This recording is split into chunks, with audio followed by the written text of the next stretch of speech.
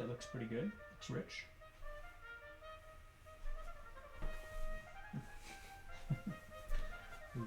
Speaking of rich. That's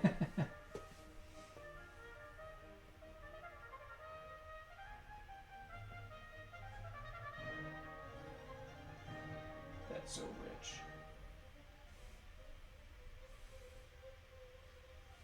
I didn't quite make it to 10 after, but we're just working on some, or 10 before. Working on At some. least we're not 10 after today. Were we 10 after yesterday? No, we were close though.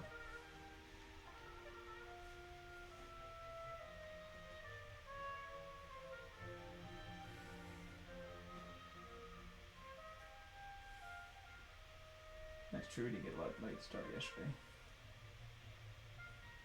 That's right, because I was exercising. Shouldn't do that. Exercising is the worst. No, I mean, I know, do it's tend just- to... I do tend to lose track of time when I'm doing my exercise. It tends to make me late. I tend to give myself more time than I think I need.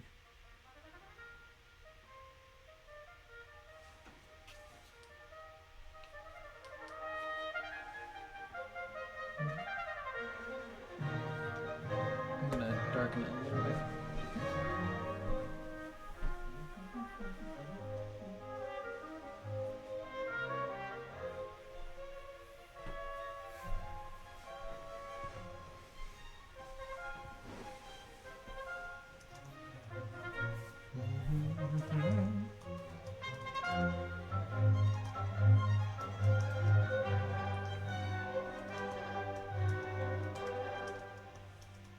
That picture looks good.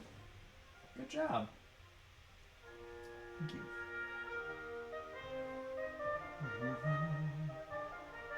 Welcome everybody. We'll be getting started in just a few moments. I'm going to change that to shortly. Begin shortly.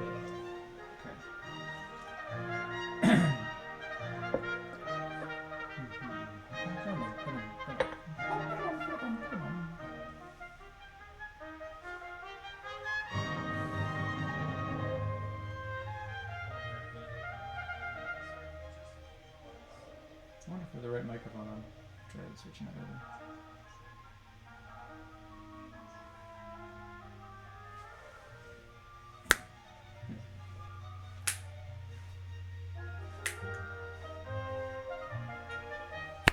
Yeah, totally. I'm a bad snapper too, so.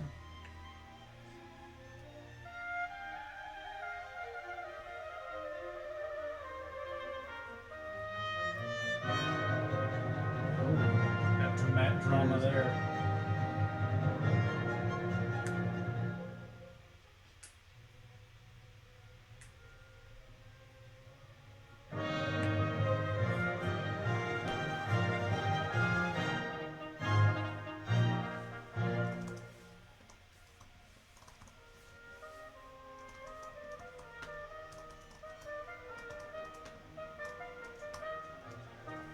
Alright, I'll use the bathroom.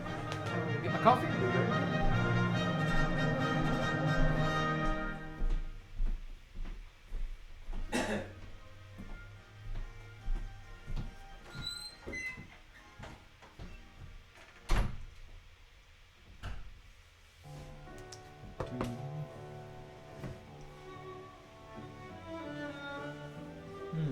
Oh, this is pensive. This is nice. I feel as though I'm reclining on a nice cloth sheet, having a picnic with a dear friend, remembering days gone by. Don't you feel that in this music? It is a time of great repose, a time of great delight. Years in which my youthful innocence never alerted me to the troubles burning within my heart. But those are the days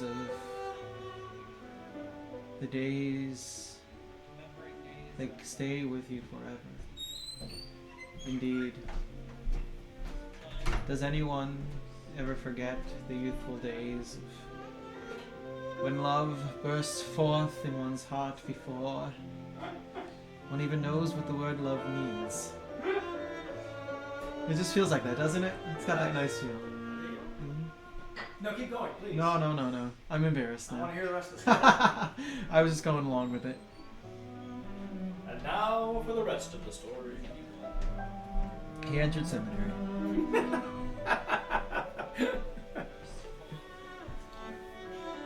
I think your microphone is on, or your speaker is on over there, huh? Was that a poem? No, I was making it up along the way.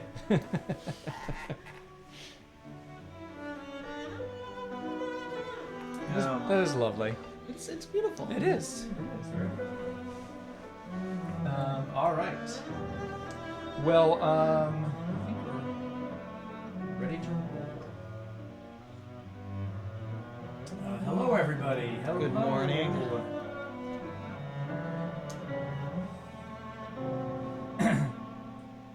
The Quarantine 15, is that like SPF 15 or what? No, freshman 15. Oh, 15 pounds, yeah. You already covered that, I guess, huh? Mm-hmm. Okay, very good. No. I just presume. So I haven't covered that yet. you're quicker on the Wow. upchuck there. Careful on that. All right. Well, the music has ended there, and so welcome here to the fireside chat for Wednesday. What day is it? Quarantine day. I don't know. Well, we could probably start counting our official quarantine days. So It's true. this That's not 8? supposed to happen. Oh, let me switch. That shouldn't have happened. That's fun. Did you put it on record? Yeah, I did. I thought. Well, I'll just talk here for this camera for a moment until we get the other one re-going. Okay, yep, it just... Just said I'm done. Now, No, I don't know about that. I think maybe I may have accidentally pressed it. Did we lose all the settings? No. It looks a little bit darker now. Okay, maybe we did. I don't know. And it looks like it maybe went to the automatic. Maybe, let me see. So, hold on for a second. We'll try to get that You're right, camera. there we go, we're fixed. Okay. And did you lighten it up after that? Well, I didn't have it on a lighting setting. Okay. All right. But, I mean, maybe... Can we lighten that up a little bit? Okay.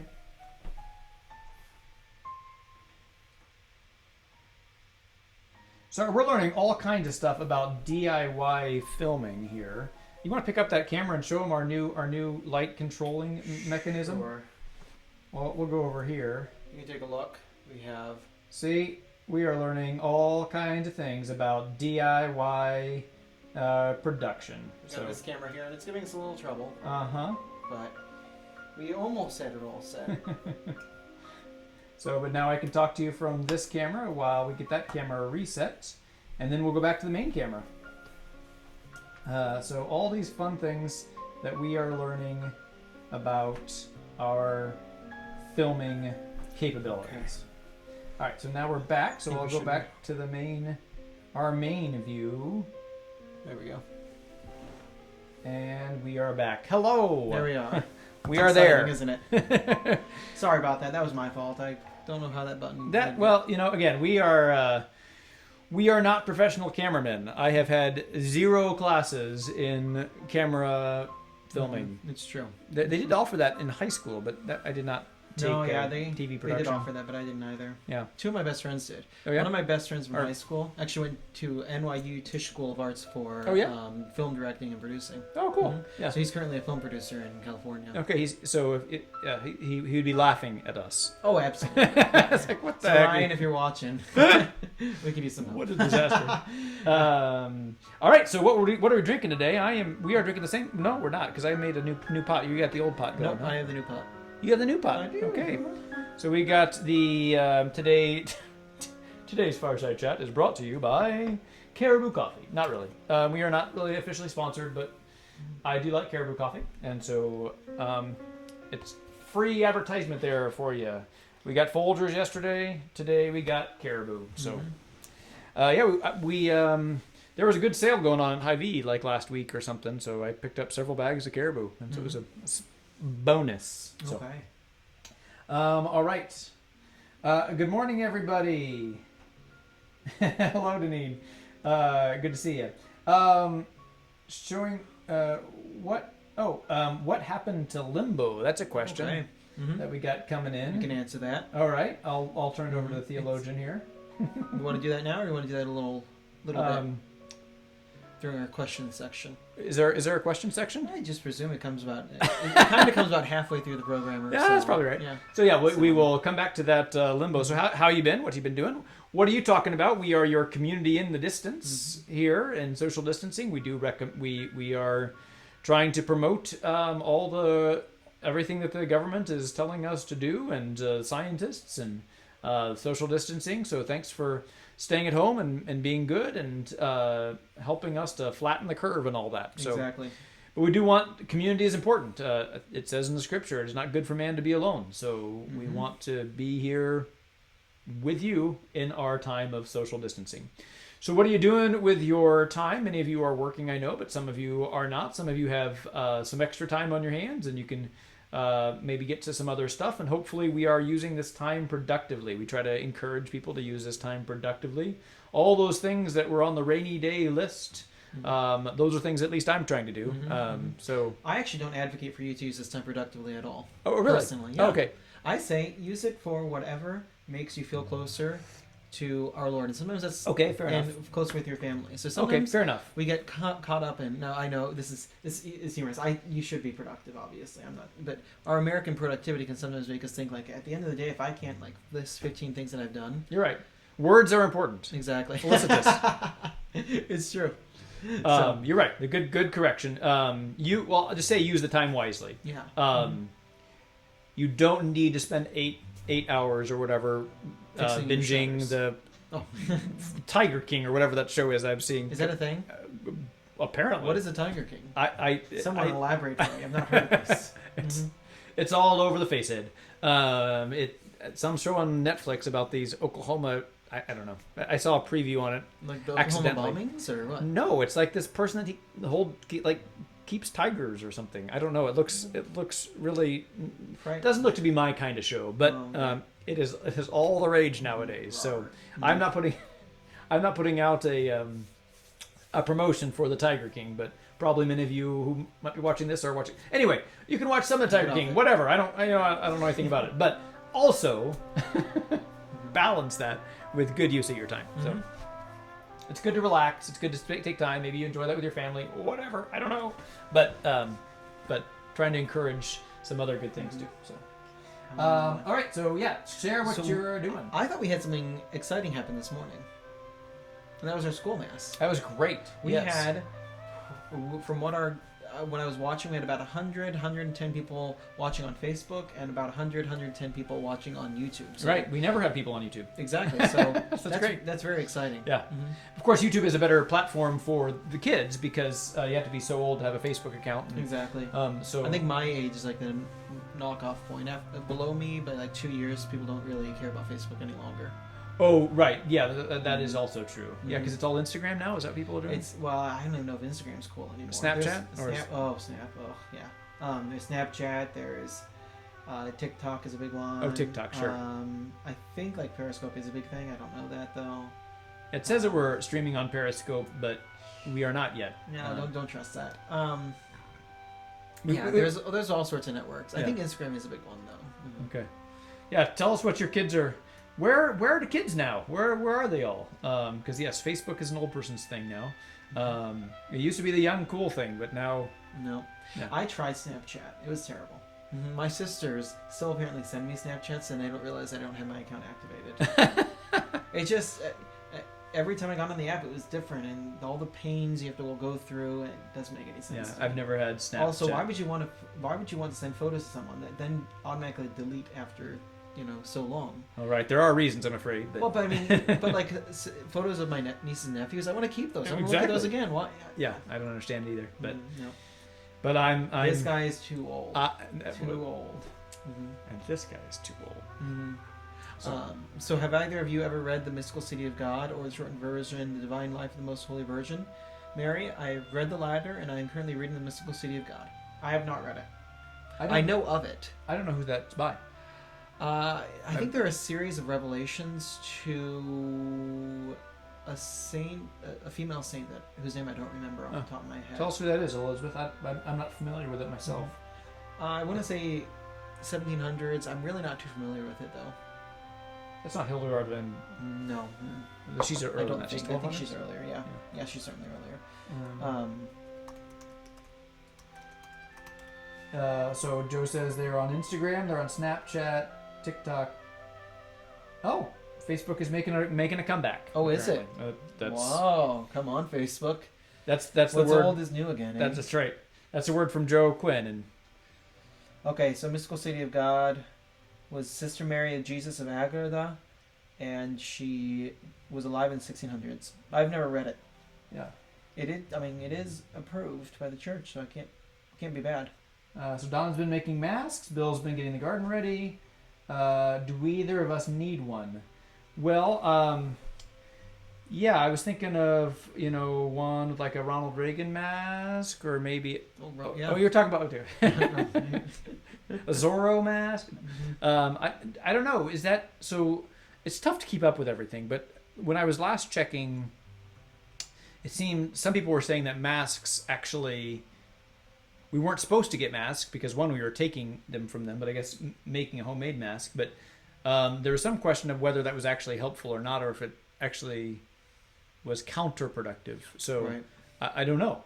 Maybe you can help us. Maybe you can post a link for us to look at. It's really I'm trying to stay up to date with all these recommendations and everything, but I'm here. I've heard various things on the masks themselves that as a layperson, as someone walking out in the world.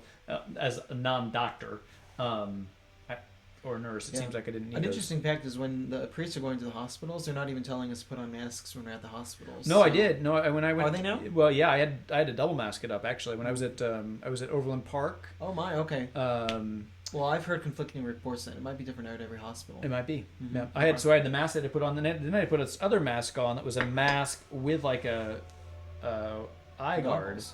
and I had to anoint someone. Hmm. Now, why did we get Ave Verum Corpus on here all of a I sudden? don't know. And I have the this. It was really hard to read my anointing of the sick book because I had my glasses and I couldn't adjust my glasses. I'm like, I could not do that. It was a little tricky. Yeah, I was thinking about you actually because I know that you have some other issues there as well. Exactly. The world is much blurrier now. Joe Quinn says period. I guess I don't know what that. Oh, we've been hanging out. Okay. Yeah, good. Yes, I'd like to hang out more in the driveway. We've had a lot of meetings. We've had a lot of meetings. Every time we turn around, there's another meeting.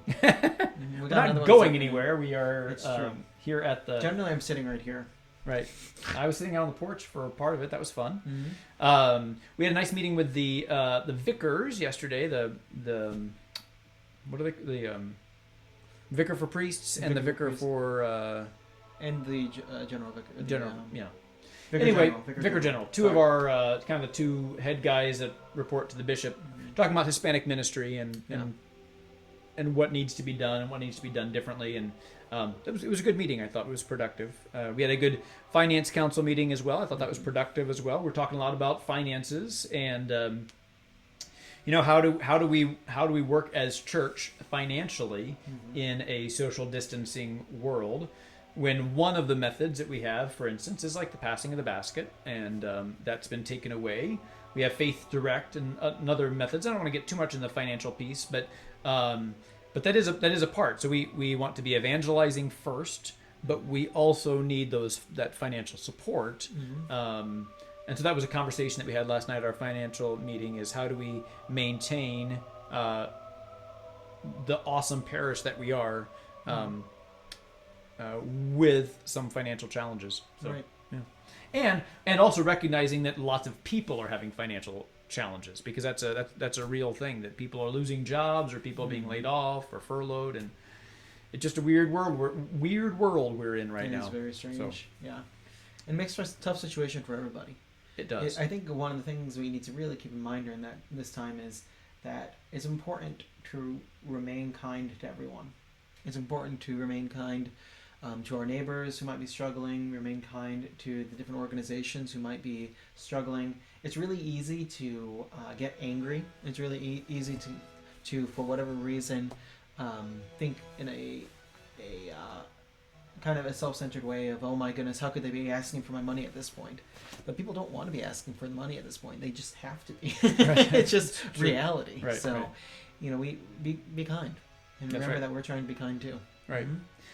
And that can be a good thing. I do like living in this neighborhood. We are, in case you don't know, we're in Greystone's Estates West. So we have this house here. It's a beautiful house. It's a little bit atypical for a rectory to be here in a neighborhood. Certainly. But I do enjoy it, and I do like. I haven't walked the neighborhoods too much. Again, we've had a lot of meetings, but I do like getting out. And when I was out walking, it was nice to see everyone out and maintaining the distance, but just waving to people, and it can be a really good chance to see your neighbors, as Joe was saying earlier in the chat. So.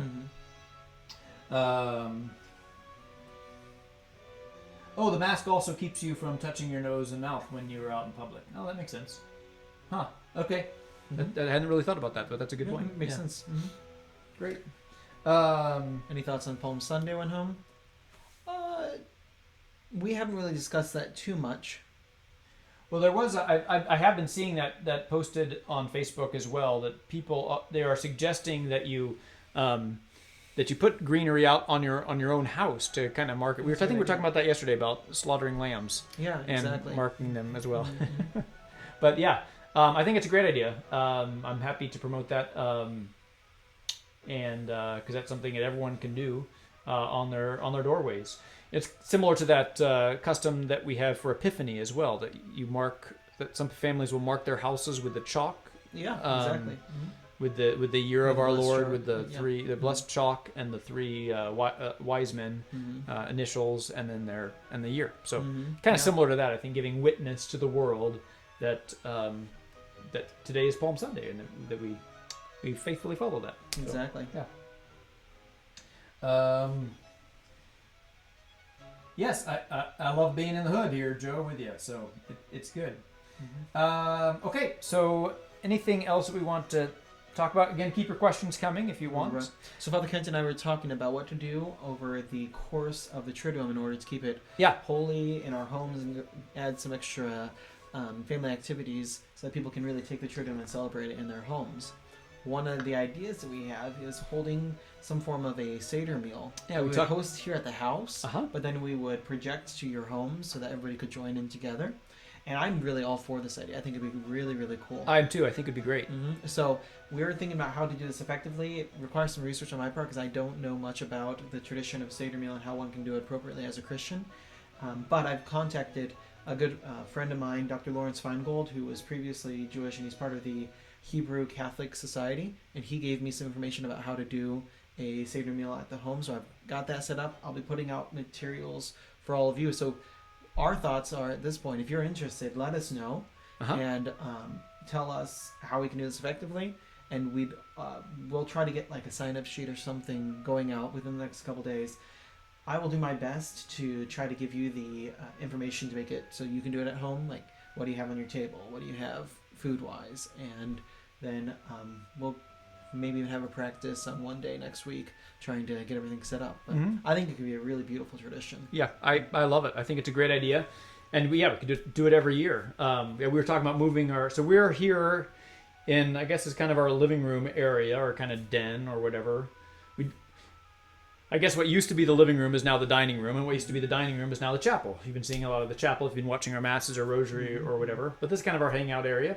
But we're thinking about, so right over here is kind of our, that's where we eat most of our meals. Bringing that table out here, and then we have this television here that we could put like on a Zoom conference or some sort of format where we could see all the different families, and we could celebrate that whole thing with people and being able to everyone to see everybody. I think that'd be really, really neat. So again, if you're interested, just put a yes, we're interested in the comments for here, and then we can also we'll get maybe a flock note, or if we got some momentum going that people want to do this. And again, we'll tell you what to do. We'll give you all the materials that you would need, and it would require a little bit of prep on your part, but I don't think too much. Right. Right. So that might mean a trip to the store using good social distancing practices and everything, and be careful there. Use Hy-Vee aisles if you're. Oh yeah, right. Just one way you can order it and then I pick forgot it up about at that. the door. So if you're not wanting to go into the store, you can still pick it up right at the door. Yeah, good. So there's that for Holy Thursday. Another good idea came in the email yesterday. I thought it was a great idea. I'd like to talk more about this as well, and maybe you've got some ideas. That's why I'm bringing it up here. Is the idea for Good Friday of doing some sort of like progressive stations of the cross through the neighborhood.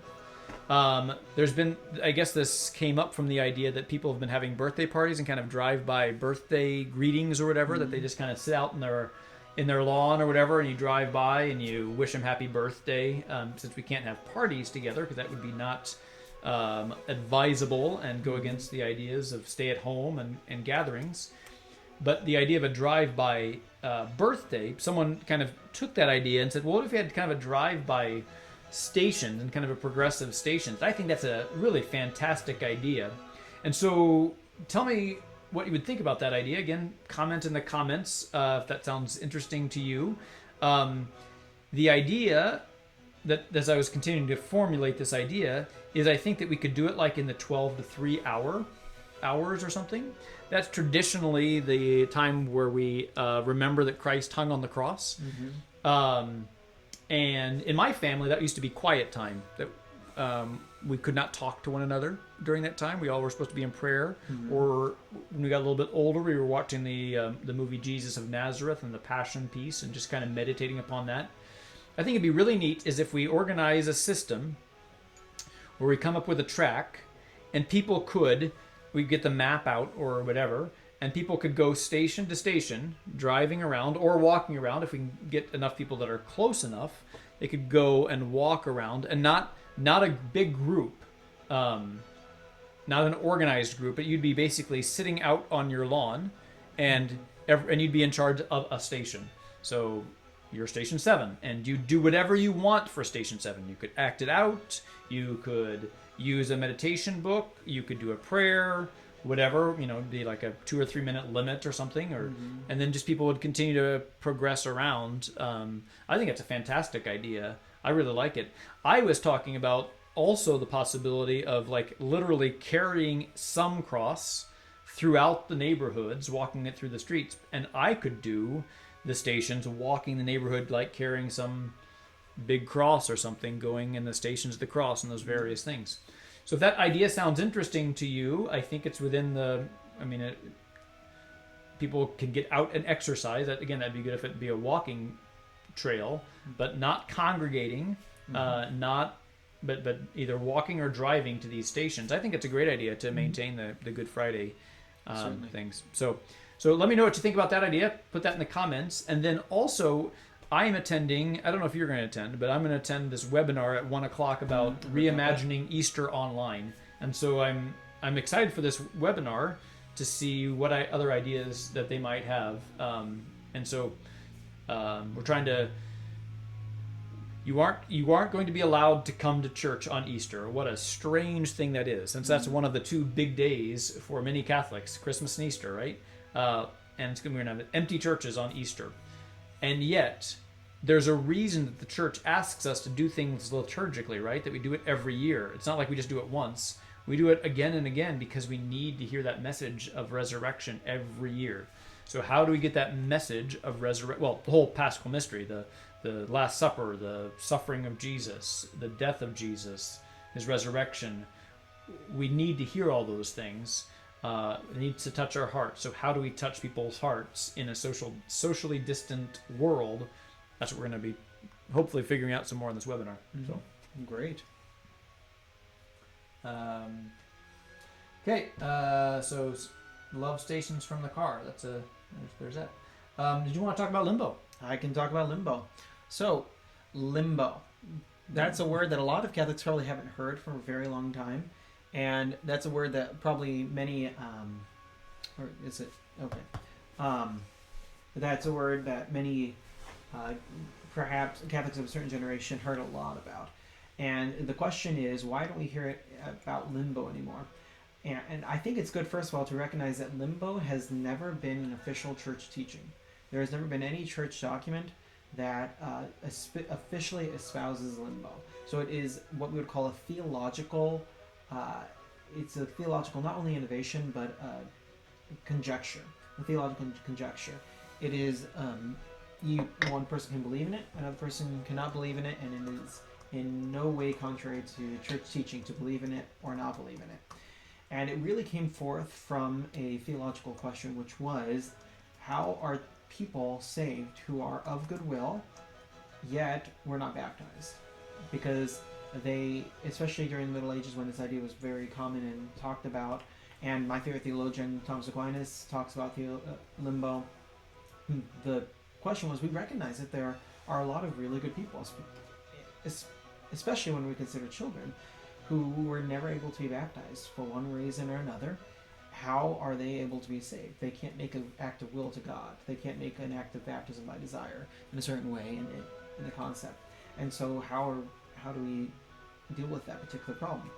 And so the theologians had the idea that it would be, perhaps we can think of a state in which the person is perfectly happy. He has everything in his life that is due to him in a certain way. He is perfectly happy. He's able to have friendship, or all the natural things that make us happy. And yet, because he wasn't baptized, he doesn't get the view of God. So that's the idea of what limbo is. It's this natural, it's a state of natural, perfect happiness without divine happiness. So that's kind of what the idea is. If somebody was baptized, or party wasn't baptized, and they died, but they were of goodwill, they would go to this place of natural happiness rather than supernatural happiness, which is heaven. That was pretty well taught for a long time, but again, it was never defined by the church. And so, back recently, in the last couple hundred years, there's been a turning away from that idea of limbo to just focus on the mercy of God. There's been a greater discovery of what we call the universal salvific will of God, which is God's will to save all men and women in all the world. And so we now don't use that language really as much. We don't use that idea of limbo. It's still okay to use it, but I personally don't hold it as a theological truth. I think it was one particular solution to a problem, but I think the problem today, which is I think the solution today, which is that God wills all men and women to be saved, and therefore He has a way for them to go to heaven that we just are unaware of.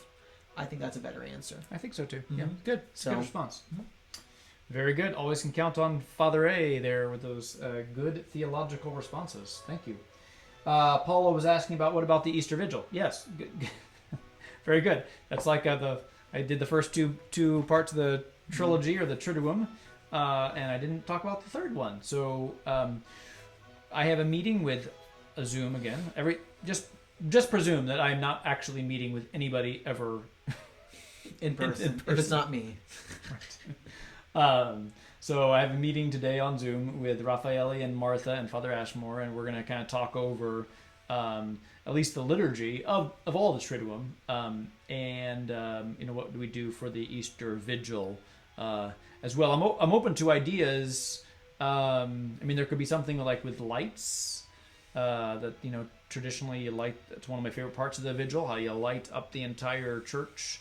We're not doing that this year. Actually, there's not going to be. It's so bizarre. It's so bizarre because it's the liturgy usually starts outside with the fire that kind of symbolizes the fire of creation and everything coming out of this fire, and then you light from that fire. You light the Easter candle, and then from the Easter candle, everyone lights from the Easter candle, symbolizing the light of Christ going out into the world. And it's a beautiful symbol. It's one of my favorite symbols of the entire year. It's not happening this year. We are actually not, even if we. So there's new directives for us in the diocese, and even if we could live stream that, we are not allowed to. So the fire has been cut out. The lighting of the Easter candle has been cut out, and we just kind of jump into the Mass kind of as normal, more or less. And then we have the Exultet, which I believe Father Ashmore was going to sing this year. It was going to be sung, if you attended the Easter Vigil last year, Father Daniel Coronado did a beautiful job with the Easter Vigil, and there was drums and everything. And because we have to be very limited on who we can have in the church, we're going to save that for next year. So... the rules are 10 or fewer people Now that might be a little bit expanded, possibly because of the Kansas laws now. There was an article that came out in the Wichita Eagle that, and I haven't read the actual document, but churches can be a little bit more flexible, but we don't want to get way flexible either because we want to be good about our social distancing. So, but anyway, we have to keep the numbers low, and we have to be very efficient with the people that we have. So right. And there's a clarification here, Marilyn. It says, Father A, are you saying no one ends up in hell? I'm not saying that at all. No, I'm only speaking about persons of goodwill. Yeah, persons of goodwill who were not baptized. That there is a means for God to save them that we're not aware of. Right. Because of His great mercy. So that's what the universal will for salvation means. That God wills all people to be saved. So He wants all people to go to heaven and be with Him in heaven. He wills that in a not in a generic way, but in an actual way. But we can inhibit that will by putting our will against Him. And that those people, when they put their will against God's will for them to be saved, are the ones that would go to hell. To be frank. So this is not, the universal will of salvation is not saying that everybody is saved. It just means that God desires that all is saved. Right. And that desire can be efficacious for every person, as long as that all people are open to that. Right. Mm-hmm. Right. So. Very good. Let's see. Do I have anything else on my notes? Also, if you missed it, Tuesday Night Live was on last night. I thought Michael Sheeran and I enjoyed our conversation. We're going to be going through the part 4 of the Catechism, which is about prayer. And I thought that would be a good chance for us to kind of look at that. So last night we looked at kind of the 3 forms of prayer: vocal prayer, meditative prayer, and contemplative prayer. How they kind of build on one another. But check that out from last night, Tuesday Night Live. It is up. We Zoom conference that, learning all these things about technology, that we can Zoom a conference and publish it. It was pretty cool. It was pretty cool, and Father Ashmore helped out quite a bit there. And then one other thing I wanted to promote before we have our moment of beautiful insight with Father Ashmore is I had recommended before this Formed program that we have going on, and there's the graphic right there. Formed, again, it's free. You can get it for free for like a month, I think. I don't remember exactly when it ends, and then you can cancel. So if you need some extra spiritual something or others during this time, I recommend formed.org. And they clearly, so I remember they've Formed has been around for a few years, and I remember when they were Formed, they wanted it to be kind of like a Catholic Netflix. So you go there, and all the material, you don't have to say, I got to put on my parental controls, or like, this is okay, but this is not. Formed is your one-stop shop for good Catholic videos. Okay. And so they've got a lot of like talks and everything, and meditations. They put the Mass up there. But also there's movies, and I put up to here, there's a kids section as well. So there's a bunch of cartoons about the saints and other kids and family, section that you can watch. So again, form.org, if you're looking for something to be entertaining and kind of like Netflix, but not. And light entertainment, perhaps. There are movies, there are kids sections. There's also some great kind of lectures and reflections. Again, I just want to put another plug-in for Formed. So I don't know who Ryan DeFreitas is, but that's as best as of the screen I could do, because this is the way the program works. But form.org, go ahead and check that out. Mm-hmm. I was impressed by the selection of movies that they have. Uh-huh. So sometimes Christian movies can get a bad name, and right. for good reason, because some of them are really terrible. Right. Oh my goodness, I can't stand the acting in some of them. It's just like the plots are as thin as a little piece of tissue paper. It's terrible. But there are some saint movies that have been produced, especially in Italy and some other countries, that are actually quite good, and they're online. So I would give you if you are interested in one of the saints, the ones that I saw there, I think were generally pretty good movies. So yeah, mm-hmm. yeah. Very good. So again, that's my plug for Formed. Go ahead and check that out. All right.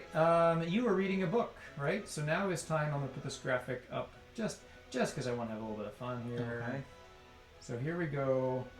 It's time for Father A's spiritual nugget. Okay, so I am trying to give you material so that you can take it home and incorporate it into your own life. So I've been presenting books. We might present other things in the future. One book that I really love is called The Art of Being a Good Friend. And it is by Hugh Black. Hugh Black was, I believe, a Protestant minister back from in the early 1900s. But this is written, this is published by a very Catholic press called Sophia Institute Press. Everything they print is fantastic. So it's very high quality. And sometimes in our society we can neglect the importance of friendship. And it's really sad because friendship is considered one of the highest goods in all of ancient philosophy, medieval philosophy, and up until this very day. We really like individualism in our society. We want to be able to be our self-made man. We want to be able to be self-sufficient. And what is the result of that? Unhappiness. That's the result of that. Because we're not made for that. God said it is not good for man to be alone. He gave us friendship in order to help develop who we are, in order to experience love with other people, and to give love to other people. So we are most happy when we're good friends. But being a good friend is tough. It demands self-sacrifice. It demands that you listen. It demands that you understand where somebody's coming from.